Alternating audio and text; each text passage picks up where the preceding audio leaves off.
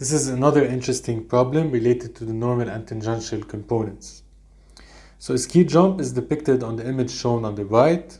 It follows a parabola of the form y is equal to 1 over 200 x squared minus 200. We're asked to determine the normal force on the 150-pound skier the instant she arrives at the end of the jump, and that's point A, where the velocity is said to be equal to 65 feet per second. Also, what would be her acceleration at that instant?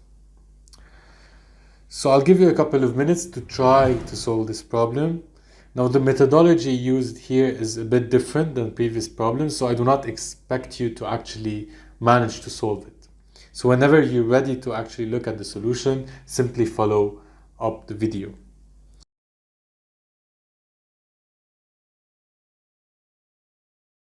So step 1 is not very different than previous problems. We need to write down what we know. We have an equation of the path. Y is equal to x squared over 200 minus 200. We have the weight of the skier, which is 150 pounds, and its velocity at point A, which is 65 feet per second. We're asked to find the normal force at that instant and the acceleration, so two unknowns to find. What can we conclude here? Well, first, looking at the path, which is two-dimensional in terms of y and x, we know that we're dealing with a two-dimensional space. The second thing to note is that the motion is curvilinear. Don't get fooled by the equation, which is in terms of y and x. It does not necessarily mean that you need to use rectangular components.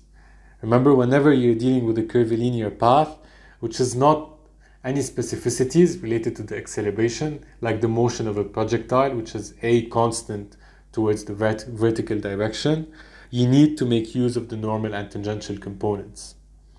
So do not get fooled and run into this problem and mistake of working with the rectangular components for this problem. So we know that we need to deal with the normal and tangential coordinate system. It's a 2D type of problem related to curvilinear motion. Now looking at what we're given, we have the velocity and we're asked to find the acceleration and the normal force. So if you want to, again, sketch the different steps one needs to follow, starting with the velocity, which is given, one can use the kinematics to get the acceleration. Then from the acceleration, you can use the kinetics to find out all the forces and solve for n. So that's the methodology we're going to adopt. Now, one thing to note when dealing with curvilinear paths is to find out the angle the skier is actually making with the horizontal line at that specific instant. So what is the angle with the horizontal? One needs to remember that the angle with the horizontal can be found by calculating the slope at that specific instant. And from math, you know that the slope is the derivative of the function. So we can take dy over dx, which is equal to x over 100, evaluated at the specific point, point A, which has x equals to 0. And so dy over dx is also equal to 0. So we're dealing with a flat surface at point A. Even though the complete path is a curve, at point A, the slope is actually equal to 0, and so it's flat. So the feet of the skier are actually aligned with the horizontal axis. And that's very important for the steps that will follow. Step 2 deals with drawing with the free body diagram. Before doing that, we need to pick a positive sign convention. So let us take T to be directed obviously towards the left, since the skier is moving towards the left, and N directed towards the center of the curve, so upwards. Next, we can label the different forces. I have represented the skier with a circle here. It is subject to its own weight, W, which is 150, and the normal reaction force, NA. Regarding the kinetic diagram, since we do not have any idea about the different accelerations, we need to assume a positive direction for both, MAT towards the left and MAN upwards. So that's all about the diagrams. We now know the different forces and the acceleration components. We can move on and make use of the equations.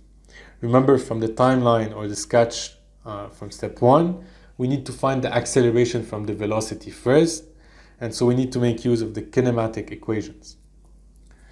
But before we make use of the different equations, there's one thing we need to estimate first.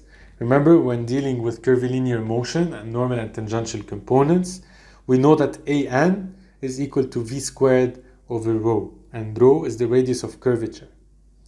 Now, I have not covered that in the video because it's not very important, but you might end up with a problem during your exam that involves this type of problem.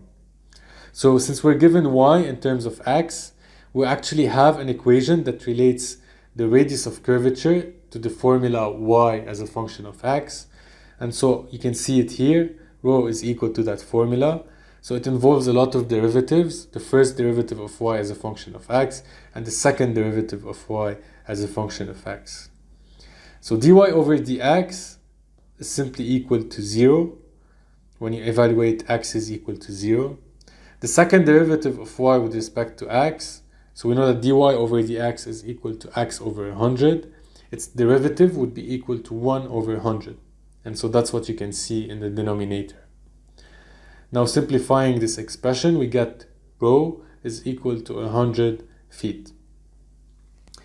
You should always remember this equation. You should not remember it by heart. Remember, you can always look back at the formula sheet that's available at the end of the book.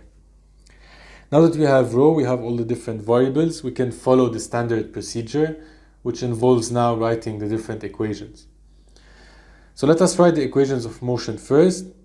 Sigma ft is equal to mat.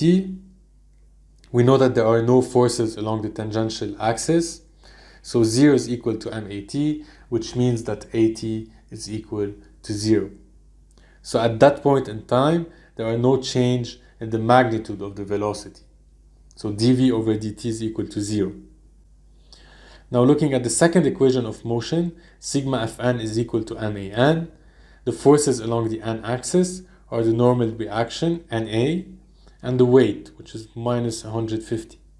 And that's equal to m times an. Now let us look at the number of unknowns we have for the two equations. Notice that the first equation is kind of useless. We've only concluded that at is equal to 0. Looking at the other equation, we have Na, which is an unknown, and An, which is also an unknown. So we have two unknowns for a single equation here. So the way to go is to actually make use of the kinematic equations.